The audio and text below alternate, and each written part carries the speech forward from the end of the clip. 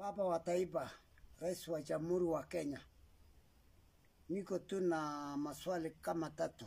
Ya kwanza, nataka kusema asante mahali sisi tuko hapa Naiberi, asante kwa manyumba ambayo mlijengewa sisi.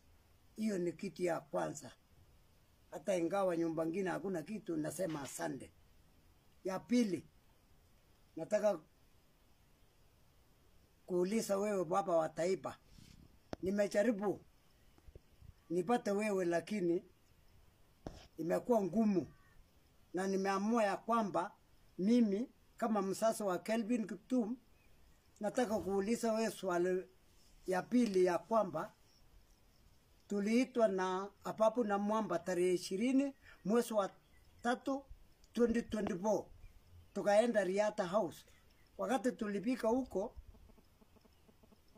tukaongea, Ababu Namwamba wakasema, akaambia sisi ya kwamba tunataka kupatia nyinyi pesa ya malilio, ambaye hata mpaka saa hii ndio mimi nilikuwa nataka kuuliza wewe.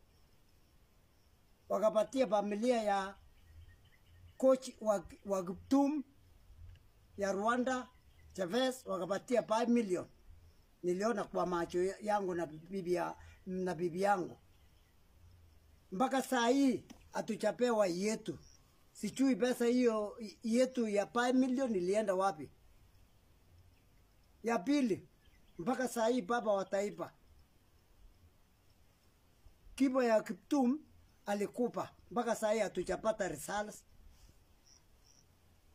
Hii ni mwaka wa pili.